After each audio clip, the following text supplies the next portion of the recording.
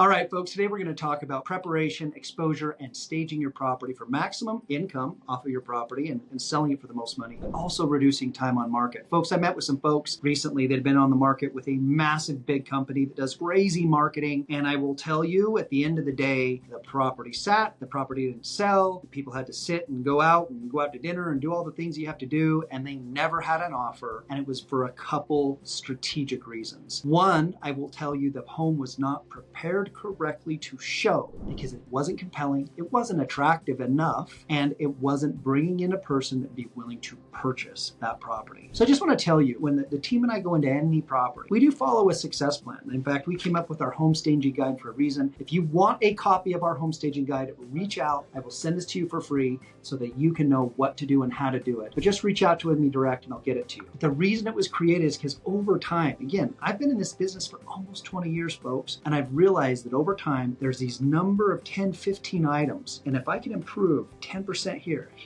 our showings, our properties, our listings, our exposure to the market is 150% better than our competition. But it's through a couple detailed plans. So a couple quick things I want you to think about in staging your property is, number one, you just want to make sure that that property is prepared in a way that it is for the time of the year that you're selling it. If it's summertime, I want you to put out the decks. I want you to put out the chairs. I want people to see that on your deck, hey, you're getting the sun. If it's winter time, I want you to make sure that you're showcasing whatever you have as far as your spaces so that you don't have a number of summer stuff sitting around. You're preparing it for the season that you're selling, okay? Two, you have to make it clean, light, and bright. I mean, we're talking about white glove clean as well as exposing your natural light. Oftentimes you'll see that the drapes are shut, the shutters are down, if you have plantation shutters perhaps, and it's not exposing all of this light that makes it feel brighter. Sometimes that happens with walls. We call it the 3 C's. We have to make sure that the colors are right, that those colors are neutral, and we got to make sure, which goes to the next step, the clutter. You got to get rid of that clutter. If there's a lot of stuff around, people pay attention to your stuff. They don't pay attention to the physical property. Another thing that I want you to think about,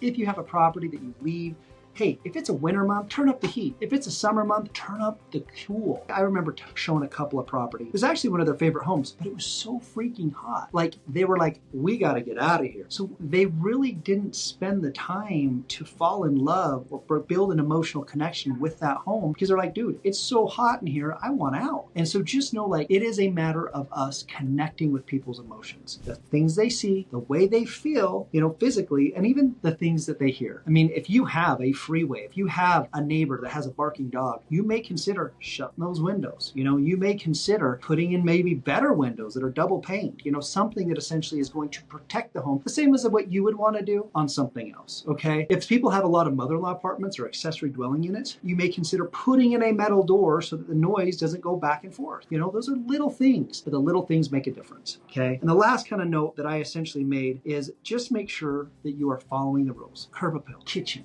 baths, and amenities. Make sure when people walk to that front door, it looks good, it feels good. If you have to buy a new mat and buy a new knocker and repaint that front door, do it. That's one of the best investments you can make. A statistic that I read is that a buyer will make a decision on your home within the first 15 seconds of walking through your home. Another item to be aware of is that in any time that you're dealing with a home, the statistics and from a staging and preparation standpoint is that over 60% of buyers will pay more money for a move-in ready home.